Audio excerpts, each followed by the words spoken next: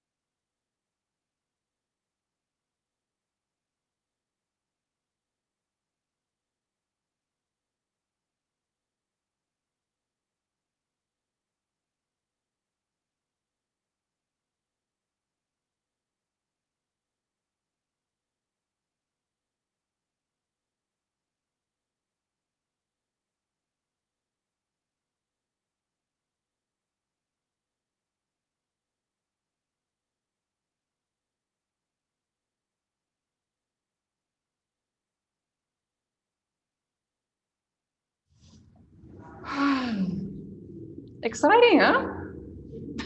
Are we ready? That's the spirit.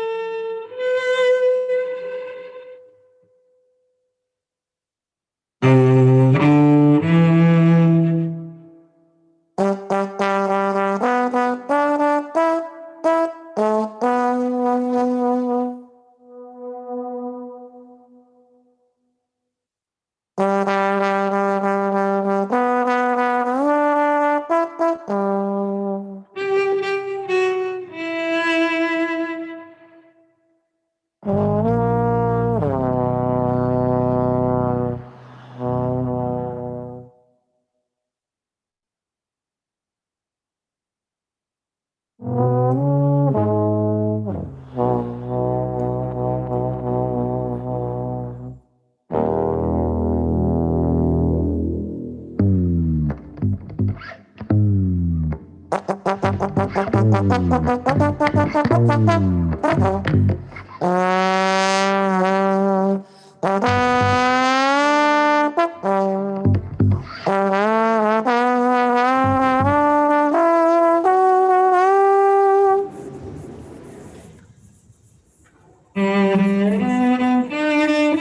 and good evening, everybody. Welcome to this online forum.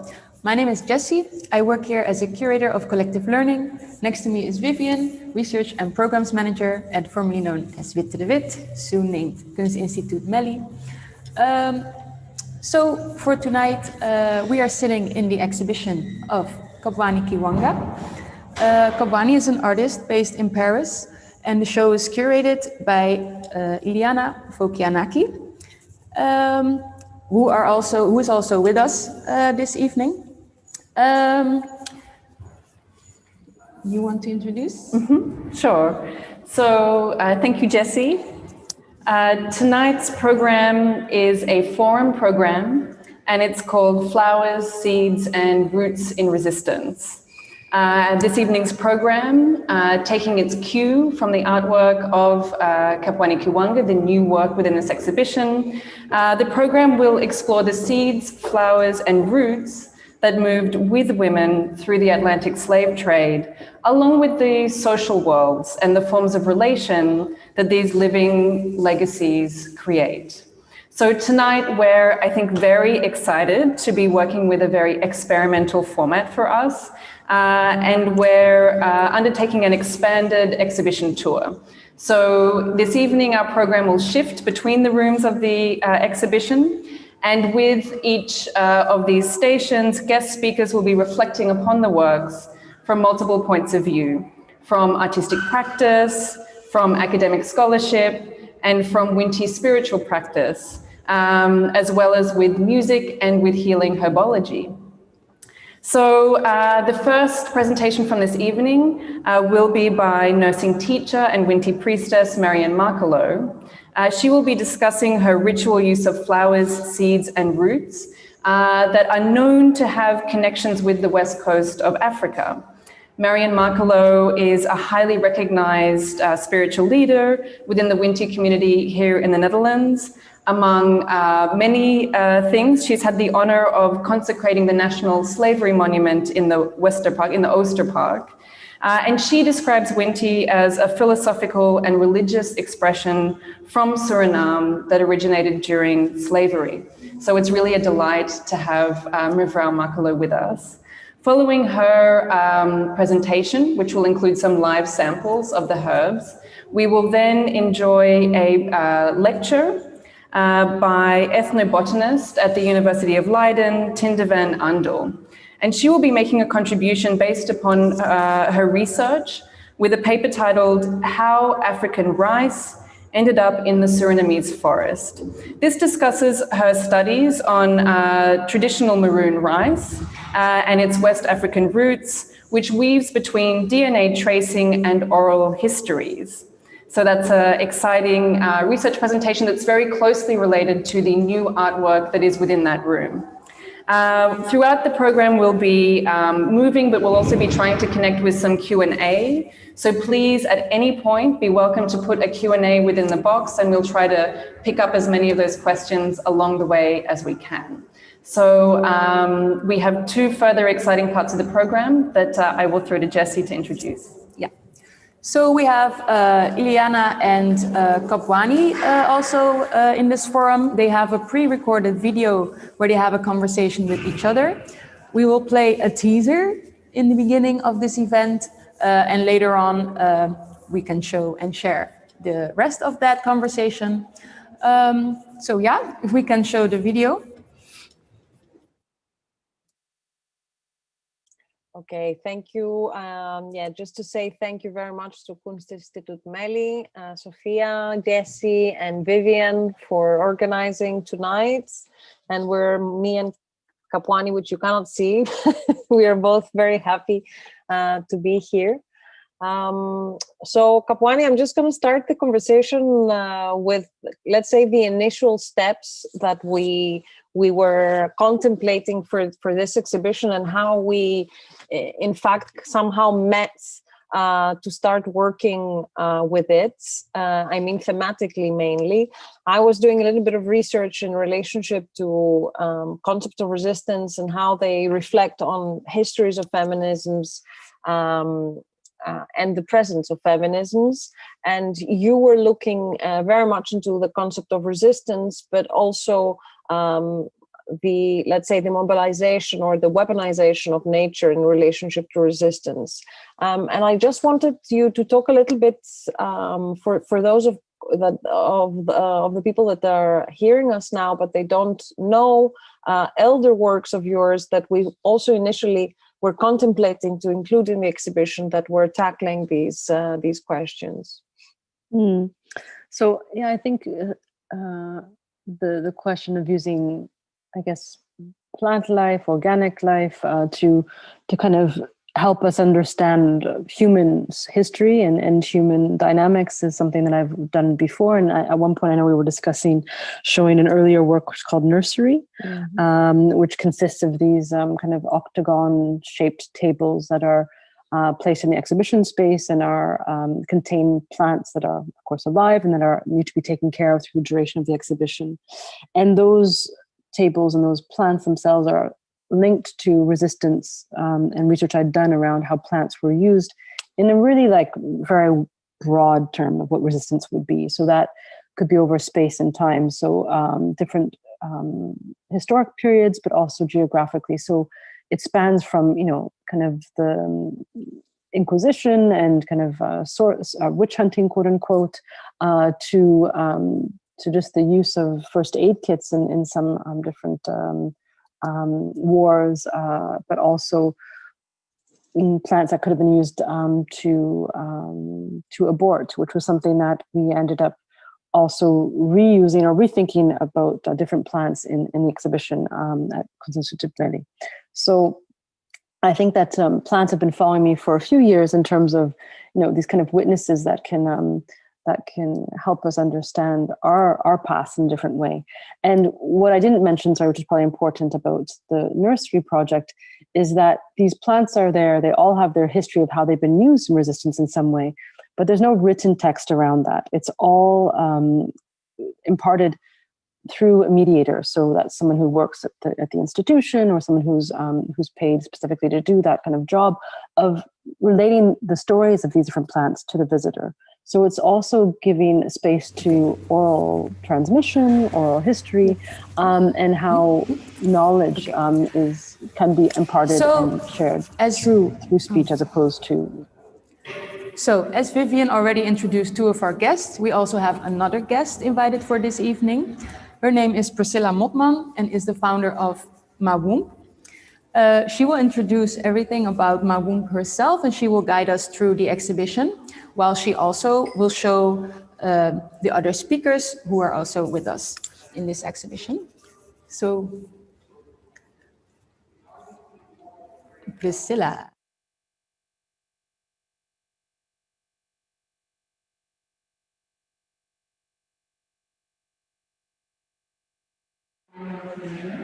Mawump is an ancestral healing, and with Mawump, I'm giving a platform for women that have fertility issues, men that have fertility issues, troubles in the womb.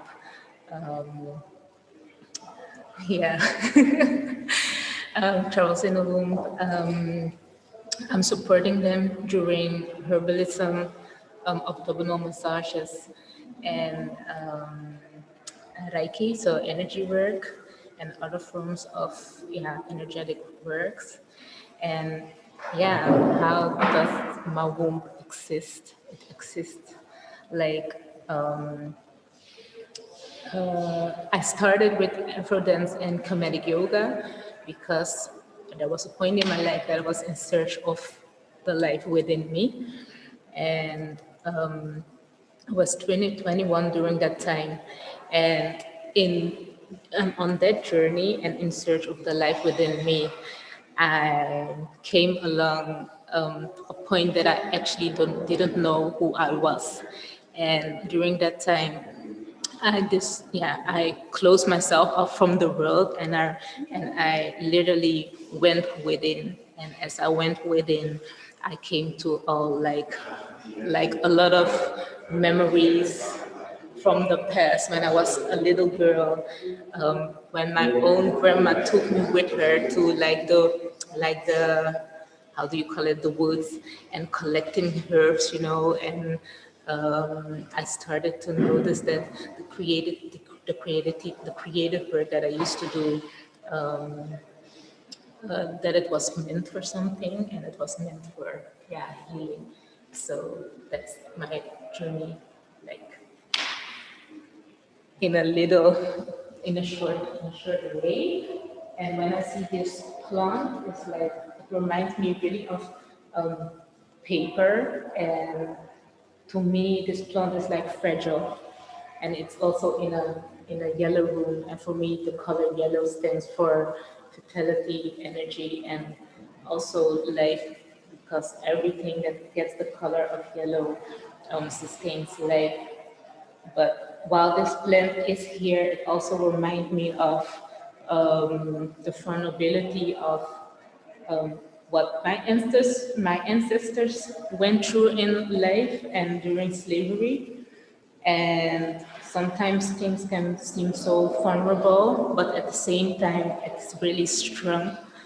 And because the substance it contains and the abilities that a vulnerable plant as this can do can be huge. So that's the meaning for me of this plant. So yeah.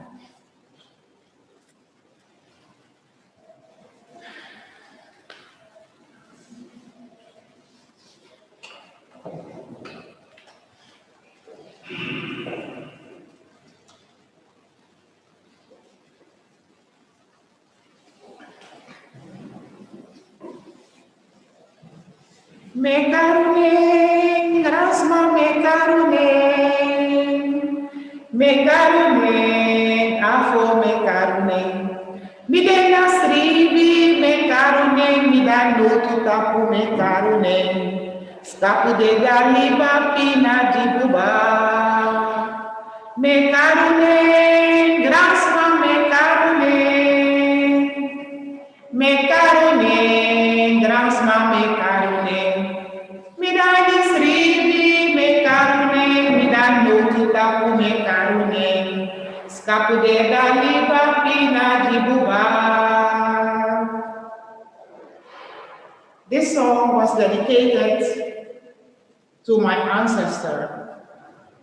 I always start an activity with honoring my ancestors. The song said, ancestors, when life is good for me, I call upon you. When life is hard for me, I also call upon you. I am Marianne Marcelo, known as Nana Ifwa, the Winti traditional priest. I am very honored to be a part of this exhibition from Kapwani Kiwanga. Proud to be a part of the exhibition because the theme is also important to me. Roots, seeds, flowers. I recognize a lot of things from my practice as a traditional Winti priestess. Winti is a traditional religion from Suriname, and it was developed during the 400 years of slavery in Suriname under plantations. Our ancestors has left us a lot of rituals for health, for well-being. They taught us to organize our spiritual life, but also our material life through Winti. Plants, seeds, and roots has played an important role in the history of resistance during slavery. Stories learn us that some plants and roots has played a very important role through the rituals for making medicine. But the rituals also helped our ancestors when they fled to the jungle to take their freedom. Some of our mothers or foremothers were able to create magic with plants like the sangrafu. And the sangrafu is in this iron pot. The iron pot is also an important symbol. The sangrafu is a plant that we use from medicines, also for magical rituals. It is the most important plant in the Vinti herbalism.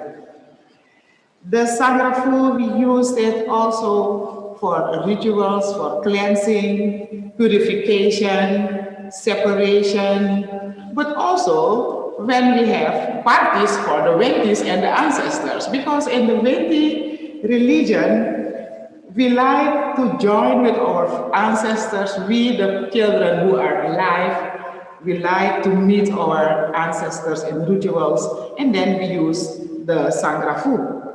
We also use the Guinea pepper from West Africa in rituals for the personal soul, but also in rituals for the ancestors.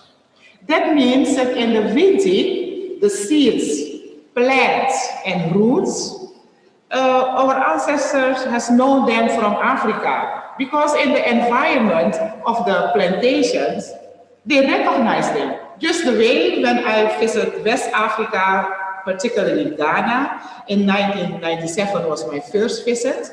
On my way to Cape Coast and Almina, I asked the driver to stop the car because I've seen the sangrafu. I said, driver, stop the car because I want to know if I want to convince myself if my eyes did not conceive me that moment. And it was sangrafu. I can imagine that our ancestors, when they were met at the plantation and the vegetation of the bush, they also recognized the sangrafu. And they use it the way they know it in Africa. Our Obia foremothers, they prepared a lot of things with the sangrafu.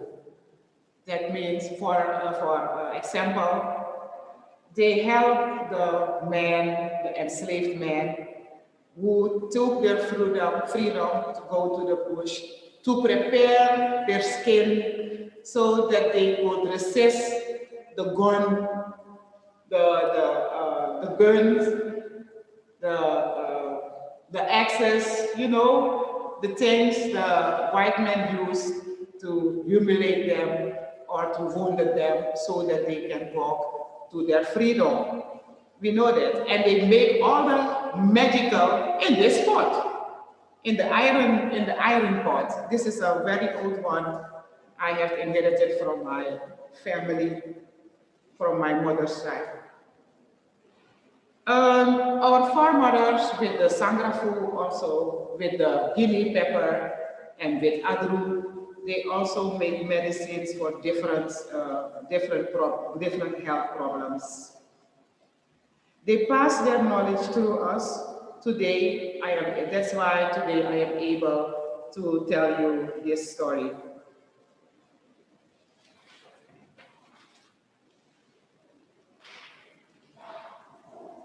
The Guinea pepper,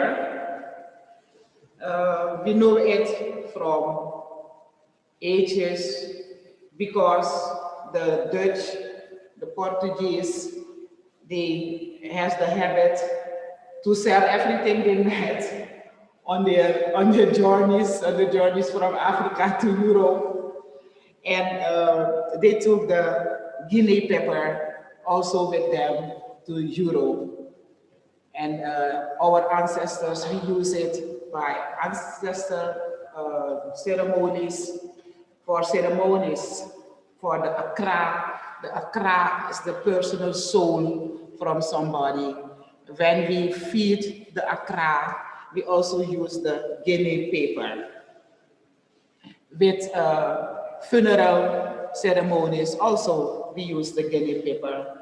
And the guinea paper, the sangrafu, the hibiscus, this one in this calabash, is also used for the rituals for Mama Isa, Mother Earth. In the Vinti, Mother Earth, Mama Isa, is the most important goddess because she is the sustainer of life. She gives birth, she gives life. She's also the goddess of the dead. She's also the goddess of art, of medicine, of love, of procreation. She is a very important goddess, and our foremothers and forefathers, they did not have money to buy champagne or other expensive liquors, so they used the hibiscus from the plantation. And hibiscus is also known in West Africa. They know it as bisap. Bisap also, the Egyptians call it kirkade. The people from Gambia call it wunyo. There are different names. It is well known in West Africa and also, and again, also in Suriname. Our enslaved ancestor knows it and they use it for Mama Isa, but also for rituals for the crab. That means that there is a link, it is a living reality. The Vinti, the rituals, the herbs, the seeds, the roots, the plants, there is a historical link with West Africa and the enslavement. But also, the use of the plants has the link with resistance. It has the link with gaining freedom. Our ancestors had a bad time during slavery, but they were so strong that today I am able to sit down here and tell the world their story on the exhibition of Kapwana Kiwanga. I have also taken with me maroon rice, but the Honorable Professor Tinde van Andel, she will give the story about the maroon rice. But the maroon rice we use also for the rituals for our ancestors.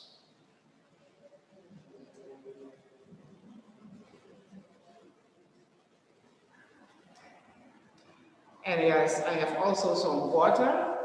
Water is the symbolic way to make contact with our ancestors. And in the calabash, I have some 80% rum because that's the rum we use when we do the ancestral rituals.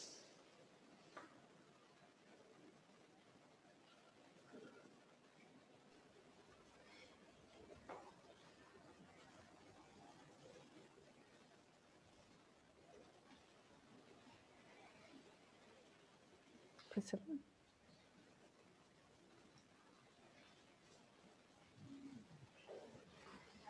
Like Marianne Marcelo was saying, I'm really honored to actually be next to an elder that passed it forward to the generation as I do. And talking about seeds and blossoming and resistance, I think that, even though you didn't learn from the ancestors, if something is meant to pass on, it will be passed on, because I think that those seeds also live within me. And now, because the knowledge of our ancestors, how to heal through herbs, through plants, through nature, can get lost, because that's the foundation of who we are as human beings. And yeah, I really also this second really reminds me of my grandmother. And even though I didn't understand what she was doing when I was little, now I really do, and I realize that I want to learn more in a deeper way of traditions. And I think traditions all over the world are the same. sound's not coming through. So, yeah, I think like what I'm doing is like maybe bringing the old together with the new and pass that also forward for my own children. And I also think that we are giving by the Most High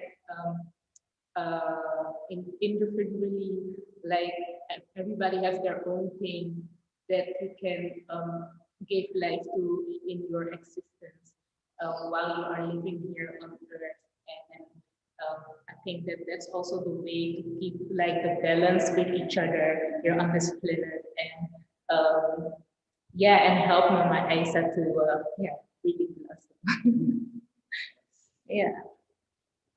So yeah, she was singing, and it really reminds me also of the time back then when the slaves were like singing and expressing themselves, exploring their soul purpose, freeing themselves, let allowing themselves to have like really have a voice, you know. So that's why I'm gonna play a little bit music because our ancestors also use music as expression, but also as a communication thing. And as I see here, I feel like pink rice on a white plate, and in this white room, it is like when you're speaking about white, you can give your own meaning to it because light is neutral and white is yeah, pure. And as I see this seeds, it reminds me of the steps that the people before us walked so we can where we can walk in and continue the journey that they started. So as we know that seeds are life, and herbs, plants, rice also have a living spirit. I mean, if music to it, it's gonna get more.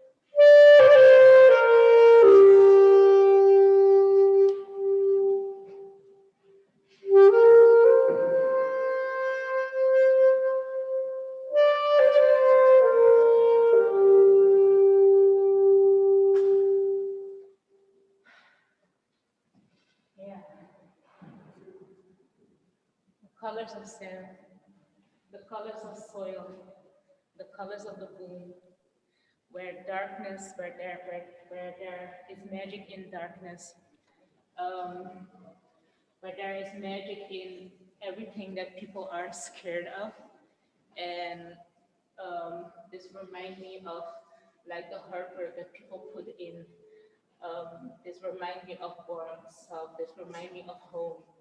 this reminds me of animals like collaborating with people, and all the structures also remind me of the visions that people back then had, but also the vision of the artists that made all this work.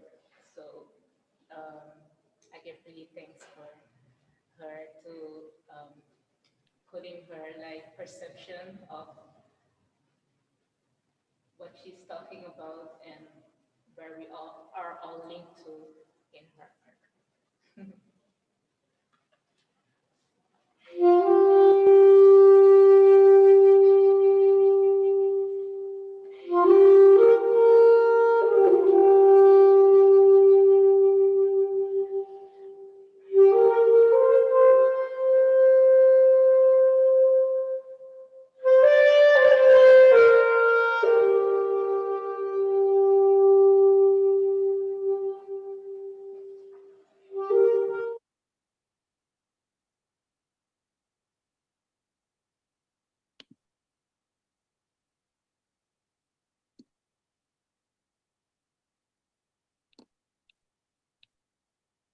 Oops.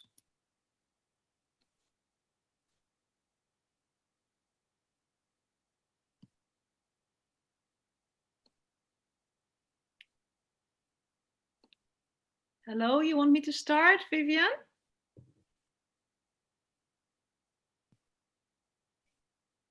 I think I shall start.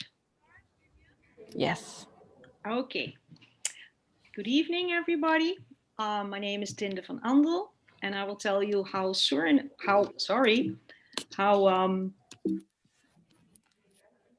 have to go back. So let me see how this works. How African rice ended up in the Surinamese forest. We have seen the experimental rice field by Kapani Kiwanga, and I now will tell you something how this rice ended up in Suriname. I work at the Naturalis Biodiversity Center in Leiden and in Wageningen University, and I work together with people who are specialized in the history of colonial agriculture and in the DNA of crops. So here you see a very old picture from the 1970s of several maroon women in the interior of Suriname that are harvesting rice in their traditional dresses. And on the right side, you see all kinds of strange rice grains varying from white to yellow to brown to black. And these are the different rices that they cultivate. I didn't know anything about rice until I went to Paramaribo in 2006 studying medicinal plants. For example, the sangrafu that Marianne Marcelo just showed us. And then on the market in Paramaribo, I found this strange bag of dark rice grains still in the shell, in the husk, with big spines. And people said to me, it is a rice that we use for rituals. We do not eat it that much. And then I thought rice is rice. I did not know so much about rice. But then somebody from Wageningen told me, this is not ordinary rice. This is African rice, or black rice, as they call it. This rice doesn't come from China or Asia, but it was domesticated by Africans along the Niger River about 3,500 years ago. You can recognize it by the fact that it has dark shells and long arms. Those are the spikes on top of it. But if you peel the rice, and you need to peel the rice before you can eat it, then you see that the seeds are red, inside they're white, and they break easily. This is very different from the rice that you can buy in the supermarket, like the Albert Heijn, even when it says Suriname. Yeah, that rice comes from Suriname, but that's commercial Asian rice, which is Oryza sativa. And you know, it's a major staple food. The whole world eats this rice. And that was domesticated in China 10,000 years ago. However, this Asian rice is not dark. It has no hairs, no spines, very short stems and very smooth. And the grains are white. And it's grown on large commercial plantations. As you see here, this is even a small plantations. And it's harvested with machines. And the modern rices need a lot of fertilizer and pesticides. However, traditional varieties of Asian rice were already in Africa by the year 800. They were introduced by Arabs in Eastern Africa, like Tanzania. And then in 1400, the Portuguese sailed past West Africa and introduced Asian rice there as well. So that means that the African farmers in, let's say, 1650, when the first slave ships came, they were already growing African and Asian rice in West Africa. And as you know, over 12 million enslaved Africans were transported against their will to the Americas. Many went to Brazil and the United States, and about 300,000 people ended up in Suriname. And those people came, let's say, half from Central Africa, like Angola, Gabon, and the other half came from Western Africa, Sierra Leone, Ivory Coast, Ghana, Nigeria. And the rice growing skills of those enslaved Africans in the United States, they brought great prosperity to South Carolina. There were rice fields made, enormous rice fields, and the enslaved Africans were very skilled, and they were especially put to work on the rice fields because they know how to grow rice from back home. And South Carolina exported rice to the whole world. And that was a very successful trade. However, the American geographer Judith Carney, she wrote a very famous book entitled Black Rice. And she has found out that before the introduction of the water-driven and electrical rice mills, the entire rice cultivation in the Americas was based on African rice and not so much on Asian rice. And African rice breaks easily, so you have to peel it by means of the ancient African way in a wooden mortar and a pestle. And you see here a very old picture of two Afro-American women peeling rice in the United States. However, Judith Carney got a lot of critics because she had no physical proof, and there was only one botanical sample of African rice collected along the Marowijne River in French Guiana in 1938, but that rice was lost. It's lying somewhere in Paris and nobody knows where it is. At the same time, in Africa, the African rice is being replaced by Asian rice by development programs, because Asian rice, if you put on a lot of fertilizer and pesticides, you can have very high yield and feed more people.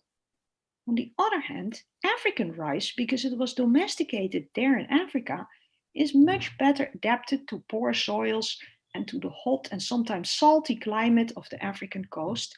And it also has a better resistance against pests and diseases. So it can actually be grown more sustainable. Well, let's go back to Suriname and let's go to the Maroons, of whom many live in the interior Amazon forest of Suriname. This is an ancient calculation of 140,000 people. I think there are now more Maroons. They live in Suriname and French Guiana along the major rivers.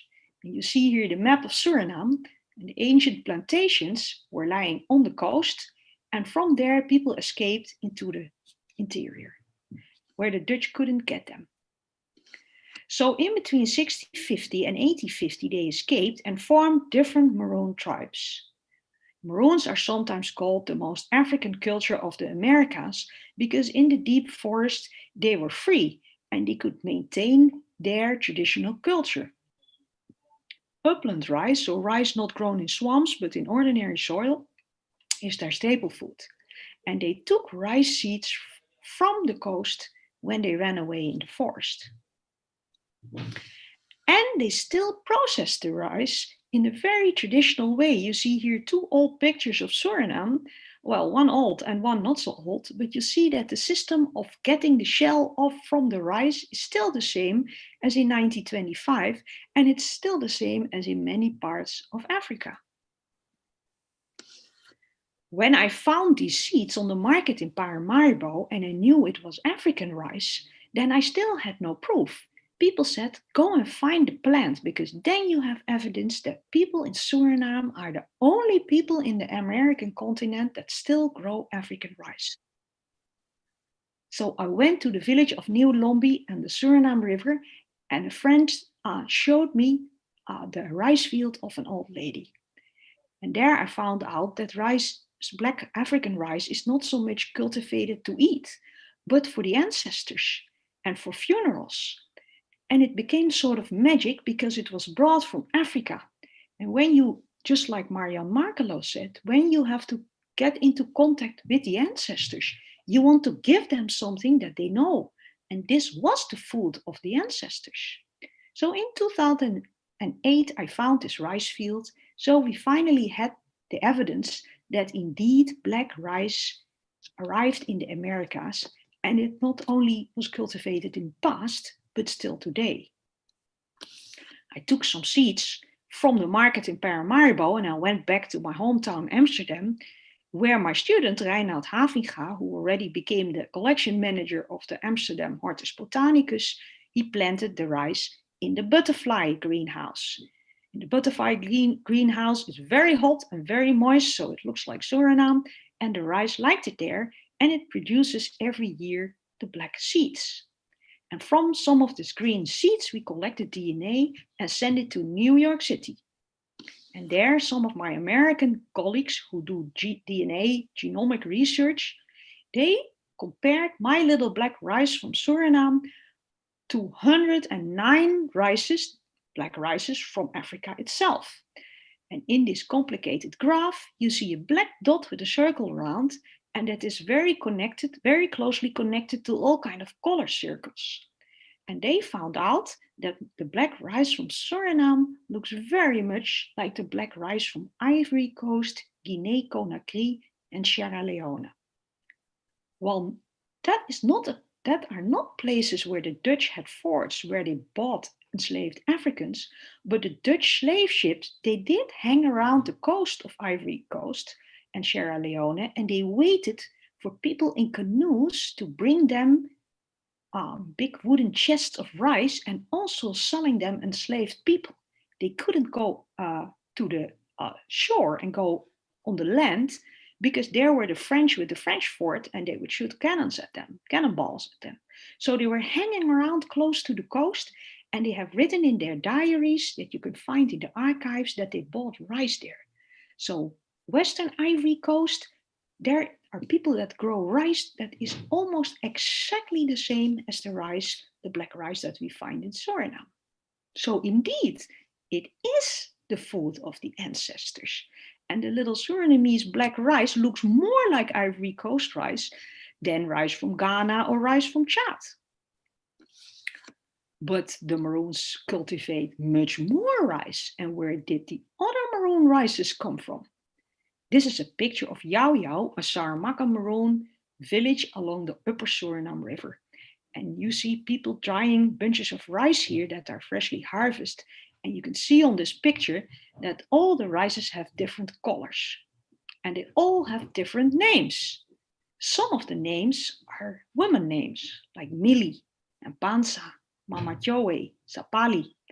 And other names also say something about women. Plakka-headed ma is black-headed woman. Witte-headed ma, white-headed woman. Mooi oeman, beautiful woman. Gekke mulher, dancing woman. And there are also other strange names like Ahonyo Alisi, which means shameful rice. I never understand why they call it shameful rice. And some rice they call Kuli Alisi. And Kuli is a bad word for Asian laborer. So we think that they may have exchanged that rice with Indian people who came to work in Suriname on the plantations after the abolishment of slavery. In 2017, when I was working along the Marowijne River between Suriname and French Guyana, I was called by a traditional healer from the Aucan Maroons, and I knew this man because I worked with him in 2006 about ritual plants. And he said, Tindi, you have to come to Biggiston because I want to show you a special type of rice. So we went to a rice field of one of his daughters, and there was a rice growing there that was called Sapali. And I only found that on one single rice field. So when I asked what does Sapali means, They explained to me that Sapali was an enslaved woman who braided rice in her hair when she fled from the coastal plantation and shared it among her fellow runaways, other people that ran away, and they later became the ancestors of the Aucan Maroons. And I heard about this myth that women braided rice in their hair and that is rice in the husk, because that you can plant and it will germinate, and then you have a whole rice field later on. So I asked my translator, Edith Adjako from San Laurent de Maroni, if she knew how you could braid rice in the hair. And she said, oh, of course I can. And she explained that to me, and we made a YouTube video, and it's below the link, you cannot see it now, in where she tells the whole stories about the ancestors and braiding rice in the hair. So where do all the more than 200 maroon rice varieties come from? Well, some may come from Africa. They were brought by the slave ships, both Asian and African rice, between 1650 and 1850. But we still have to prove that. We now only have one rice grain that we proved. Some might also come from the USA, from Carolina, because in South Carolina, they exported this Carolina gold rice all over the world, including Suriname. And some other varieties, like Rexora, they were exported from the USA in 1930. And we heard that name also in Suriname. Some of the rices, the Kuli Alaisi, people might have exchanged after the abolishment of slavery with the Hindustani and Javanese contract laborers who were recruited to work on the plantations after the abolishment of slavery. But we also think that the Maroons have very smartly crossed some rices themselves with rice weeds, because they never use fertilizer and they never use pesticides, and still they have a lot of rice, and sometimes a lot of hairy and spiny rice. And therefore we think they have crossed it with rice weeds, and that might be the origin of the shameful rice, because rice weeds are seen by commercial rice growers as something that is very bad and should be eliminated. But these people grow rice without any fertilizer. So we think they have sort of made their own very, very strong, half-weedy rices. What we do think that the maroon rice field reflects 375 years of migration and resilience and skillful adaptation of an African culture to the Amazon environment. But we still have to prove this with DNA research. And that is what I'm going to do for the coming 4 years. We will try to connect the stories of maroon farmers with very complicated genomic research, and then try to rewrite the history of Suriname. But how can I tell the world the story about maroon rice? As a scientist, I have to write scientific papers, which are very complicated and technical to read for most people. So I really like to work with artists, like Marlies Lageweg, the photographer, also from Rotterdam, who made these beautiful pictures of all the different rice grains for me. She also made a very nice poster. If you're interested, you can send me an email and I will send you one. And we made this poster with the French and the Dutch translations of all these different rice grains and the stories behind them, and we distributed that in Suriname and French Guyana. And I worked with Kapwani Kiwanga, the exposition we're talking about now, because the little black rice seeds are ceramic replicas of the black rice that is bought on the market in Suriname. And in February 2021, the Rijksmuseum Amsterdam will start an exhibition on slavery and Sapali's rice is one of the things that will be exhibited. So I'm very, very proud. And I'm also very, very happy that the story of this rice is now being told, and that because it's a story about, yes, about painful slavery, but also about resistance and keeping your culture, and very, very strong women who made their people survive. And that is very, very important. Thank you very much. Okay, I was almost finished, sorry. Maybe after this presentation, you think, I want to eat black rice too.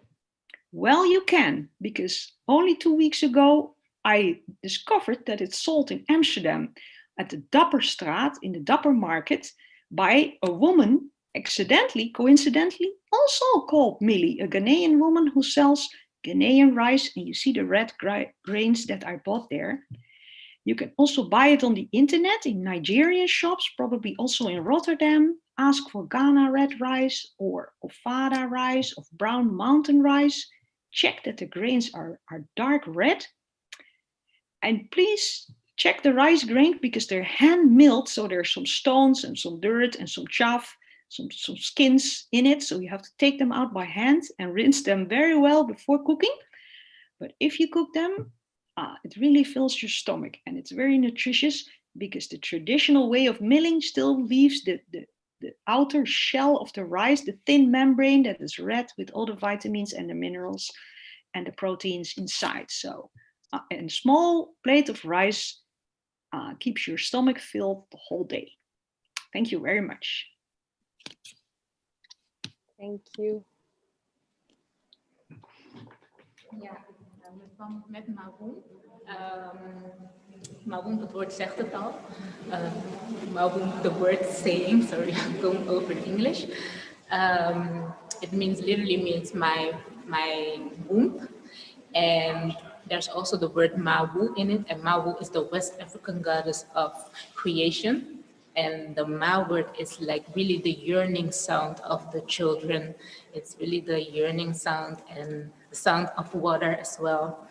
And in my womb, I developed like a massage technique. It's called Aida. And it renamed after my grandmother Ida. And during the massage, I'm using like sound, so the singing and instruments like the kalimba and other instruments like sentence and things like that to help with supporting the energetic process of the body when people are dealing with like stuck energy, blockages, traumatic things, ancestral cords. I can help to bring like those blockages to the surface so they can release it, because the cell of our bodies, they have a memory, and that memory we carrying with us during our life. And also when we are in the womb of our own mother, we can also have a cell memory. And some people are reacting in a way to certain circumstances and don't know what happened before because they are not aware.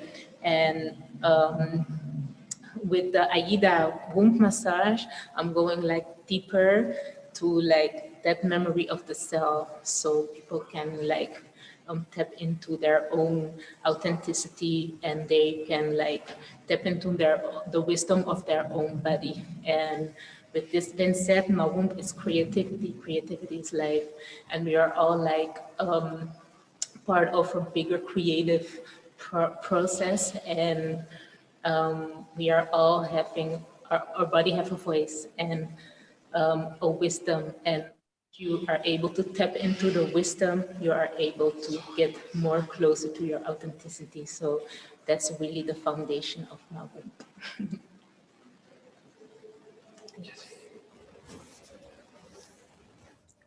So as Vivian mentioned earlier, we also have a Q&A section, which we will start right now. So if you have any questions, just put them in the Q&A section or in the chat. Iliana is also with us, so she can also help answering some of the questions. So maybe I can even jump in, which would be a question to Tinder. And I would be interested in how you approach this topic. And I understand that you also have a long familiarity with Marianne Marcelo, which we didn't know before this evening. Actually, it was a separate set of invitations, but as it turns out, you're actually quite familiar with each other. So we'd be interested to know how that came about. Yeah, you can hear me. I met Marianne Marcelo, I think 2 years back at the Tropen Museum, when we were invited to help organize a children's exhibition on Suriname. It's called Sabi Suriname.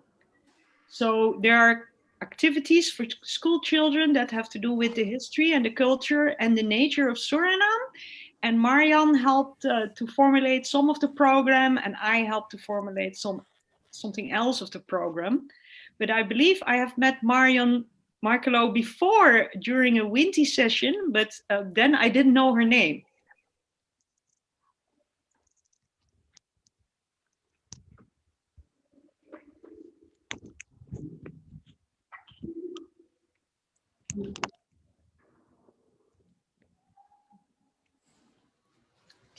Tinte, I just wanted to thank you from my side for this beautiful, beautiful presentation. It was really, really wonderful to see such, I mean, such a great labor of so many years of tracing this rice. It was like a, you know, like a somehow like a trail that you unearthed for us. And I found it very beautiful that you said, of course, you know, the base of the story, where it comes from, is a story that is a very dark and sad story. But then again, from that story emerges this, you know, vision of these extremely strong women that really supported their communities. And I was particularly interested in the story you said about the sapali rice.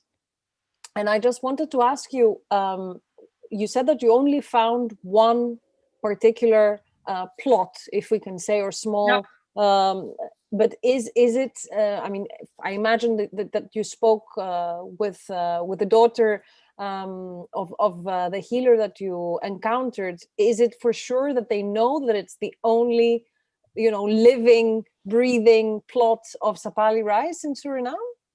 I hope not, but we sort of interviewed, I think, 28 rice farmers that year. And when we found sapali, we did not know it was special. And then we found many other rices, and some rices we found more than once. And then some women told us, yeah, in the past we had other rices, but we don't grow them anymore. They're very old-fashioned, like sapali. And then I realized, oh, sapali really was something special. So the danger with these ancient crops is if you don't plant them, they're lost. So if sapali was really the rice that the sapali woman put in her hair, that means that people have been growing that for 300 years because they want to remember sapali. And then there are more women. So I think that, I don't know, I still have to ask and to prove that many of these women names refer to women who braided rice in the hair. But we only understood it actually by the time we were already back in the Netherlands, because sometimes it takes a long time to digest people's stories. So I hope more people are growing sapali, and we also gave sapali to the germplasm rice seed bank in Nikeri in Suriname, which is an institute with a big deep freezer where they keep living rice seeds. So sapali is safe. For the time being. That's quite hopeful, because of course also, I mean, we're discussing seeds and the big question in general with seeds is what is happening with all these mega multinational companies that are, you know, patenting seeds. They're not allowing people to grow seeds. I'm remembering now of a work of another artist that I've worked with, and I really love his work, Uriel Orlo, that has been tracing particular plants that have been used as anti-malarian drugs, both in the continent of Africa and Asia as well. I think particularly Vietnam and Cambodia in Asia. And he was saying that because of these plants now being illegal to propagate, in fact, there are a lot of women's community. Again, it's women that are doing, you know, the hard work, that are illegally cultivating these plants in order to be able to have at their home the self-made medicine that helps with malaria. Yes, yeah, it's very important that the women continue growing it. Yeah, yeah, in the past, many also colonial agriculturalists, most of them Dutch, they have advised this, that the maroon rice should be abolished because it was not commercial and it could not be harvested with a machine. Luckily, the Maroons, for the past 350 years, they never listened to the Dutch. So, thankfully, yeah, so they just grow these rice, and nobody's telling them nothing. And I'm very happy about that, because and also most of the agronomists had no idea what was growing on the rice fields. So by telling this story, I want to convince people that it's not something to be ashamed of. It's something very special, this rice. And it's also not so well known by Surinamese who live in the coast. Maybe Marianne could say something about it. Yes, that was my question, actually, to Marianne as well. Hi, Marianne. Anna. Hi, Iana.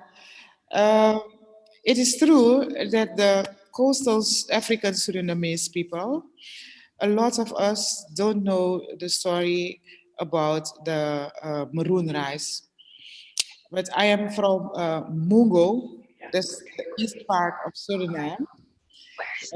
I grew up with maroon people, the Okanisi, and from them I have learned the story about the African rice.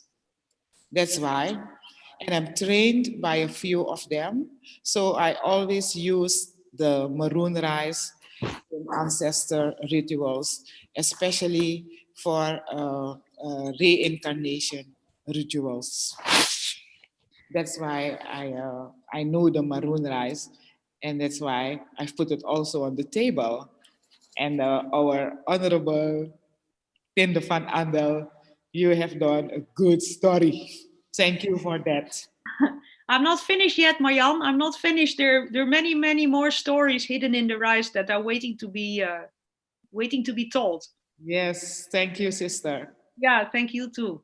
Marianne, I just wanted to ask also, are you also familiar of stories from your family, or not necessarily possibly sapali rice, but other rice, other types of rice that is used also in rituals that has been braided in the hair? Because for us, this was very much the inspiration of one of the works that you see, which is the tapestry where Vivian and Jessie are.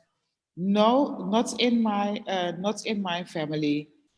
I was born in Mungo, but my family line is just from the coastal. So I don't have stories about rice. I have other type or other kind of stories, but not especially rice. They are not rice related.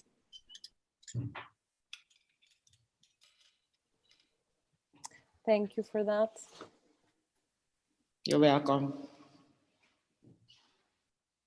I don't know if there are other questions from the audience that I can't see.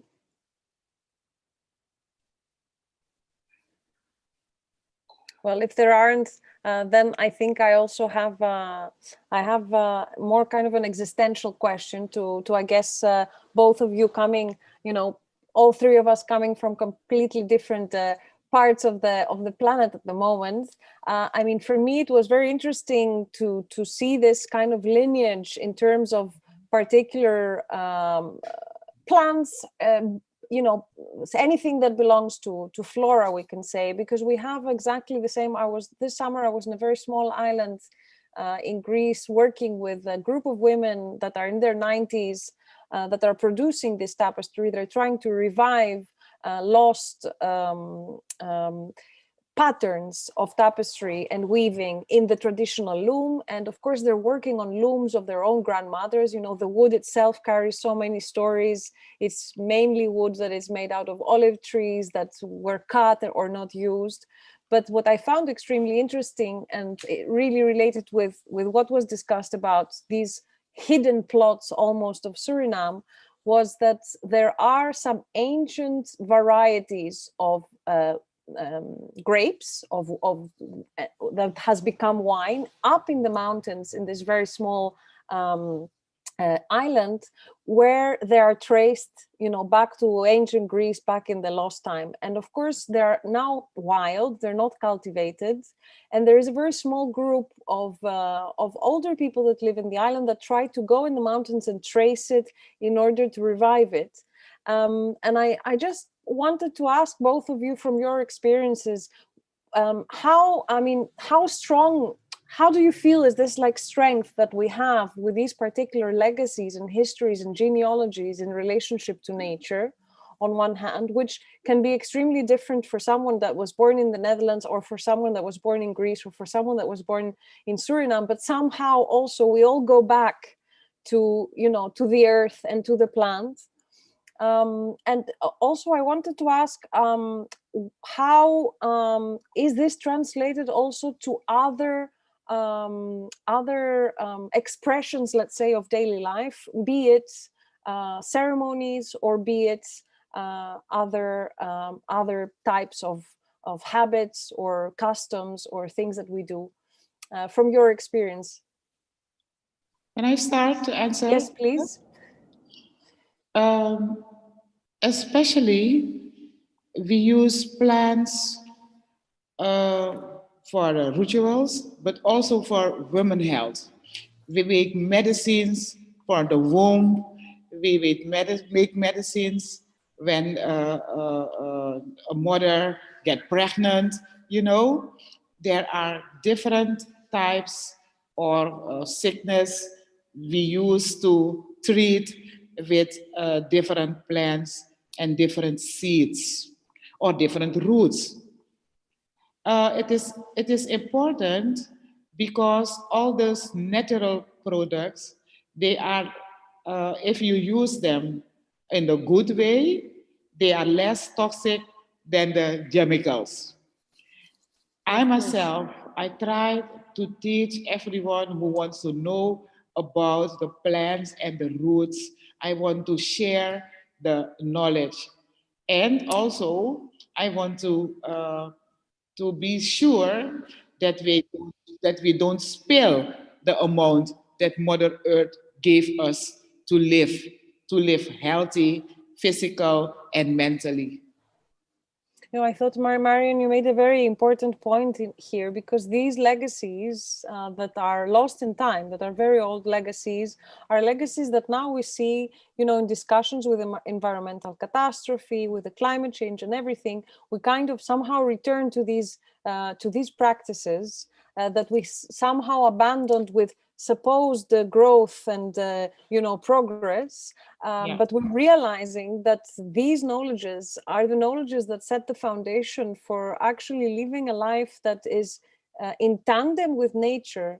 And I think it's extremely important as well, from that position, that it is very much an ecological position, that is a position that doesn't separate us as humans from nature. It positions us with nature to live together with nature, as part of nature, not as some external factor,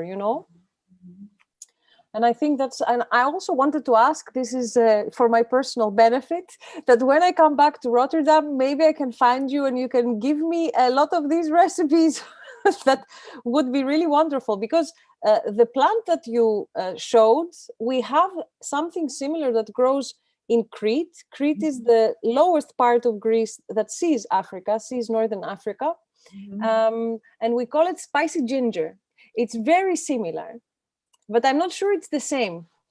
And I'm from Crete, my father, and my grandmother used to use this.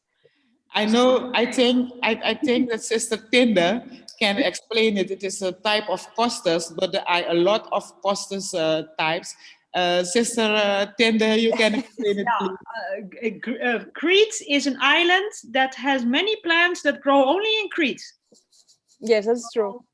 I guess it's something from Crete, and Crete is also dry, and Suriname and West Africa are very wet. So that must be something else. But I was inspired by your story about these wild grapes in the mountain of Greece, and I think you're completely right. And nowadays, people tend to buy commercial seeds by a seed-producing company, and they want you to buy these seeds every year. And they don't want you to collect the little seeds from your own crop and plant them the next year. They sort of force you to do that. And then you also have to buy their agrochemicals. Of course, to sustain them. Yeah. And this has led to a very unsustainable agriculture. So in cases where people can be self-sufficient, can grow their own food, I always say, let them do that. Because they have developed their own agricultural crops that are suitable for the region that they have lived for, I don't know, thousands, hundreds of years. So they have made their special crop that is super suitable for their own soil. And maybe it has not a very big yield, and maybe you cannot sell it in the supermarket because all the grains have different size, but those people don't care because it tastes much better. And it's much better resistance to climate change than all these commercial seeds. And therefore, these farmers' varieties are very, very important to maintain, because they have a natural resistance to pests. You need to preserve them because they contain genes that can help plant breeders to breed other crops that are also resistant to pests. And that is what we now have to do with climate change, not throw in more pesticides and more chemicals, but go back to these traditional varieties and see how we could use these crops to breed new varieties that can be sustainably grown. Which means we have to listen to old ladies that have very special rices or apples or grapes that grow in a very secret place somewhere in the forest. We have to listen to these ladies. You know, you reminded me. Actually, sorry, we've got a question that's come through as an audio message. So I think we're going to have this external question. Loved this program, and I am speaking from Amsterdam, and my name is Sophia, and I'm the director of the institute formerly known as VTVIT, now soon to be called Kunstinstituut Meli. And I'm very appreciative of the participation of all of these wonderful women actually speaking about the work or around the work of Kapani Kiwanga.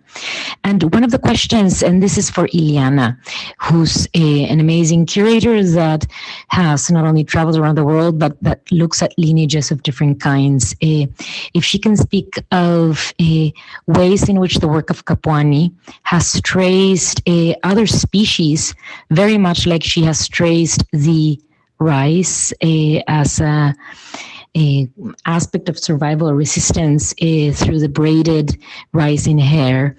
If she could speak of the ways in which Kapwani has actually explored these lineages of other species, botanical, agricultural, and the way in which Kapwani and her have discussed this throughout the exhibition making in the last year of planning her project at our institution. Thank you. Thank you, Sophia, for the kind words. I think actually it's part of the already recorded conversation that we have with Kapwani, but Vivian and Jessie, I'm not sure we're showing that part or we're not showing that part. Because Kapwani has been, in fact, working with histories of plants. And what was most interesting for her, of course, the weaponization of nature in a, let's say, in a very broad way. How can we use, and Marianne said it very beautifully, these like balances that exist that can be used for good causes, but also can be used for bad causes, depending on where you look at it. You know, something can be pharmakon, what we say in Greek, pharmakon, so medicine, and something can also be poison.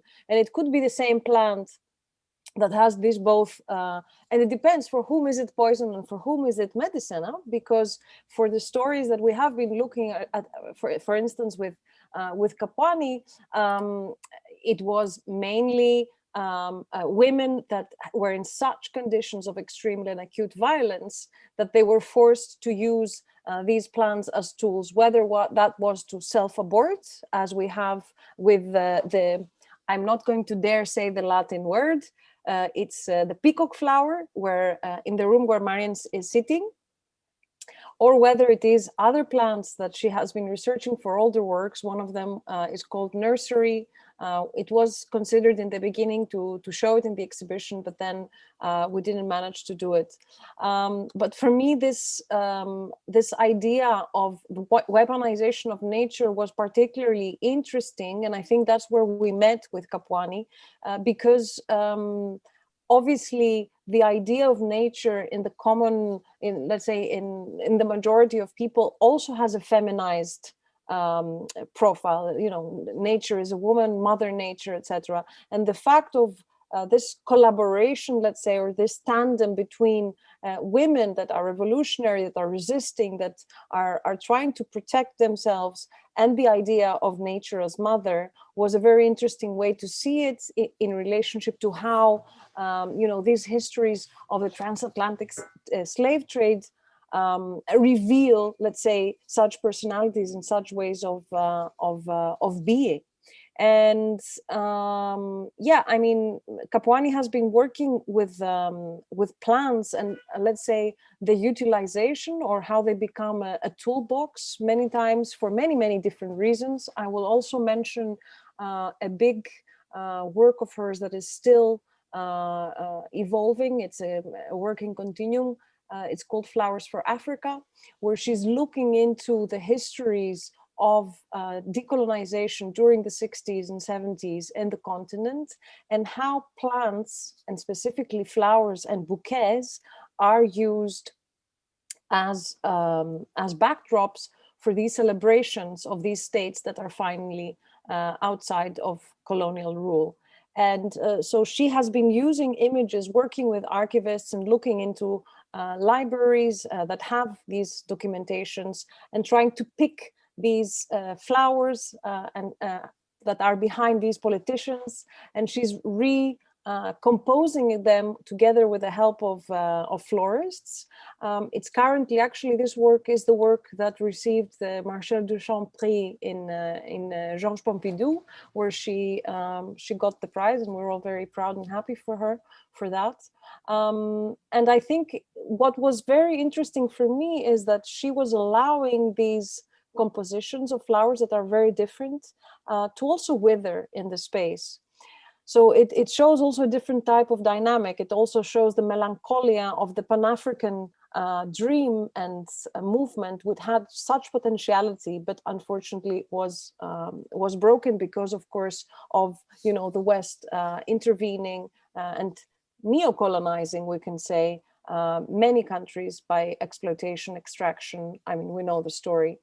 For me, all these connections and the way that we connect with nature, and how nature, botany, plants, flowers, trees, rivers can also somehow trace untold histories or become protagonists in parts of history of a country, are also extremely interesting.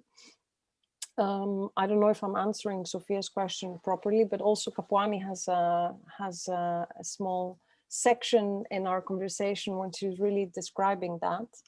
But I also wanted to just ask some last question to Marianne in terms of, I don't know, and Marianne, forgive my ignorance in terms of what Winti entails, but I wanted to ask, is this a matriarchal way of mother to daughter or grandmother transferring these knowledges, or is it more kind of a kin transference? It has to go from family to family. It has to go from family to family. Okay.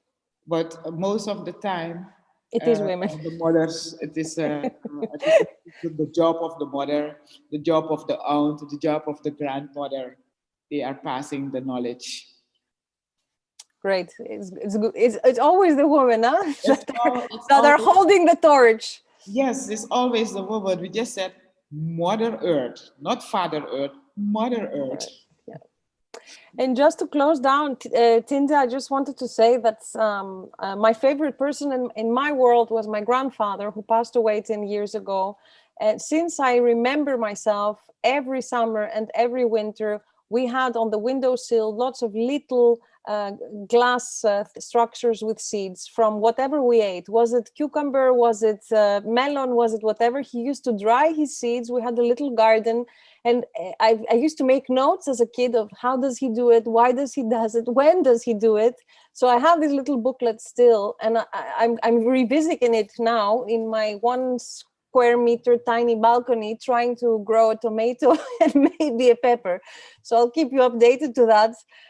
And I think I also wanted to say that it's important for all of us to really pay notice to these types of legislations in relationship to seeds. Because in Greece, they're trying to pass the law now to make it illegal to propagate your own seeds. In some countries, they've already passed it. And I think it's one fight that is worth having to really keep our, our legacies of, creating our seeds again and again by this very simple way of just drying them and replanting them. Yes, that is very important. And with the new development in science, when these grandfathers and grandmothers like yours do this for their whole life, and they learn that from their family, if you then look at the DNA of these seeds and you compare them to the rest of the world, you can trace back your whole family. It's like a family album in a way. To the ancient Greek civilization. Yeah, it's like a family album. And this is especially important for people who do not have a written history. Like many of the Afro-Americans, they can trace back maybe to times of slavery, but many people have never known where exactly they came from. So in this way, you can give people back a history that they may have heard in a symbolic way, but they never had proof. Through the genealogy of plants, it's quite amazing. To the plant names, to the plant uses, but also to the genetic material in the plant itself. So that's why, and then if you throw away that plant and you buy a cucumber in the supermarket, or you buy cucumber seeds in a breeding company, you sort of throw away your history of all your ancestors breeding cucumbers. So it's good that you keep the seeds. Yes. I agree. On that note of extremely strong agreement throughout, I think we'd like to very much thank, first of all, Kapwani, Kawanga for this amazing exhibition that we've been able to try to open up and inhabit tonight, Ileana as the guest curator of the exhibition and for hosting the conversation, Marianne for joining us, and Priscilla for the beautiful musical performance, as well as Tinder for your presentation. As Jesse introduced, there is a interview pre-recorded between Ileana and Kapwani that goes in depth into all of the artworks, and we will play a portion of that as an outro to this evening's program, and it will also be on YouTube to view at your own leisure. It's very informative, very dynamic conversation between a brilliant artist and a very brilliant curator. So thank you for tuning in this evening. Thanks, Jesse, as co-host. Thank you, Vivian. And before we close, I just wanted to say... we'll be back next Friday for our Friday evening programs with another books event, which will be the launch of Errant Journal, which is a new journal in the Netherlands dedicated to opening up some of these conversations that happen under the notion of decoloniality with a focus on time. So please tune in next week, and for this evening, we're very happy to lead with this interview. Before we go, I just wanted to say, let's also thank the ancestors for this evening. Thank you. Thanks.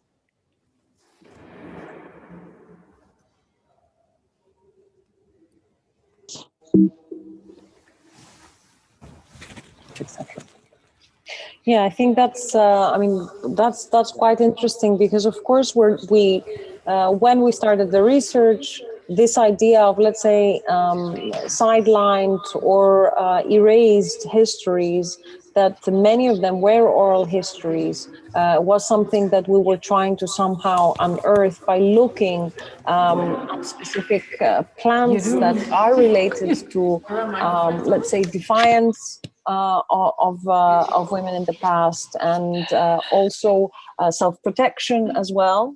And I wanted to discuss a little bit the first work that one encounters when they enter the exhibition.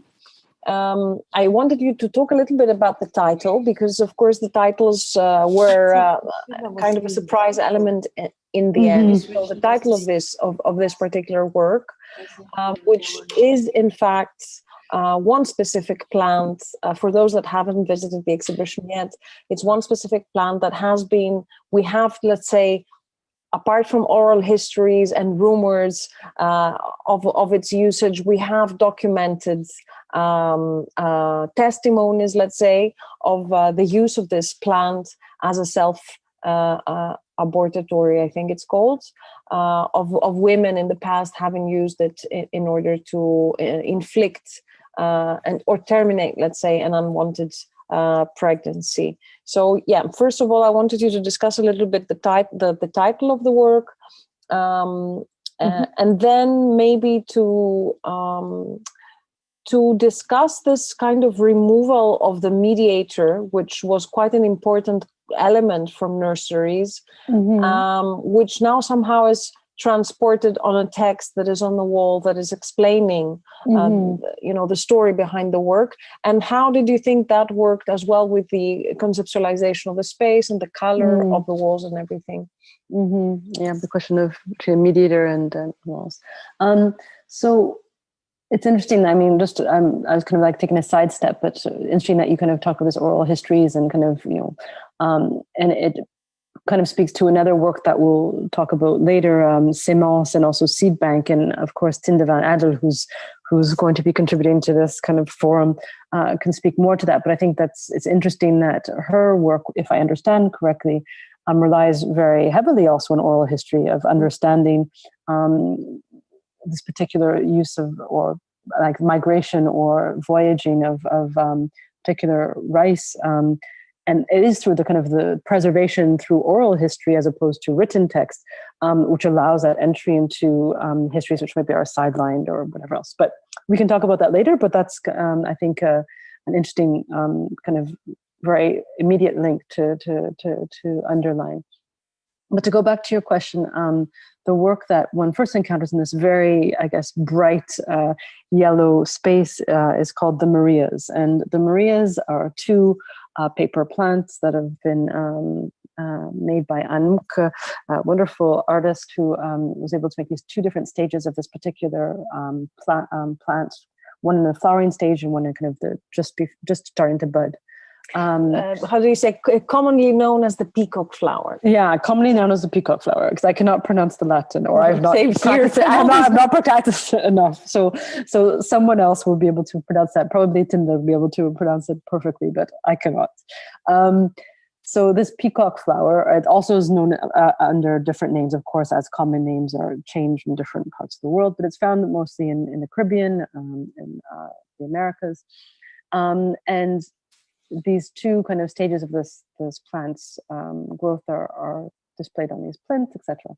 And so the title itself, the Marias, for me was kind of this intertwining, or just trying to pay homage, I guess, to the different layers of research that kind of went into this research, but also coincidence, nice, happy coincidences that kind of came together in this this particular work. So for me, the Marias speak to, I guess, two imaginary women, but also we could just imagine as groups of women that exist in different parts of the world, which are linked. They're linked together, but maybe don't know one another. And it's looking at this time of slavery, and so we're, with the peacock flowers and a lot of the exhibition, we're looking at the question of Suriname, but this could be other parts of the world as well.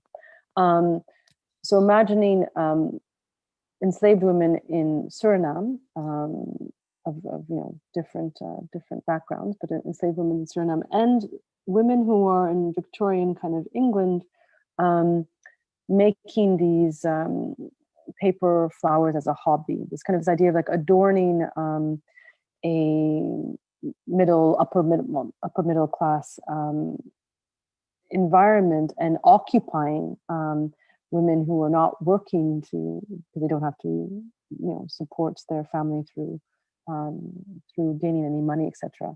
But to keep them occupied, to engage in this hobby of creating flowers out of paper that are really precise and replicas of natural flowers. So that was why this, the decision was made to use paper and paper flowers to kind of replicate these particular plants that could have been used at the same time across the globe by women who are at once just regulating their own reproductive powers, but then also perhaps in their own way, I guess, undermining the commodification of their own reproductive powers. So trying to, I think about this shared and maybe dislocated, but very linked in histories and experiences of, I guess, being in a woman's body and how that is experienced from different parts of the world and at a kind of a similar time. But then the third kind of Maria, who is thought about in mind, kind of like a specter somewhat in this work, is Mira Sibide, I'm pronouncing it correctly, Sibilis. I'm sorry, I'm massacring completely her name, sorry. But it's a German botanist, the first kind of botanist who travels and who, of course, creates this first kind of understands and shares or proposes to the rest of the world this kind of question of metamorphosis from chrysalids and caterpillars to butterflies and all these different stages of metamorphoses. And she herself makes these beautiful drawings and beautiful but also informative works, which are scientific texts, I would say, in even in a drawing, but also text, which shows a peacock flower. And apparently she was aware of the use of the peacock flower as an abortive. It's interesting to see that the text written by other quote unquote explorers or botanists or ethnobotanists, but botanists mostly, from English or French in this case,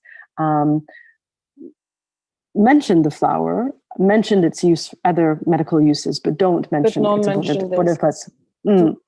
So it's interesting, again, this question of oral histories, how they're shared, what is seen as important information and not, and the title itself is kind of really just evoking these different, I guess, experiences, coming from people who inhabit female bodies at this time of, concurrent time, more or less. But for me also, I mean, you can also put a bridge and bring it to the present and think of the hundreds of thousands of women throughout, the world over, where they don't have the financial means to do an abortion if they want to, or in cases that we've seen recently, abortion is becoming illegal in their countries and they cannot perform it.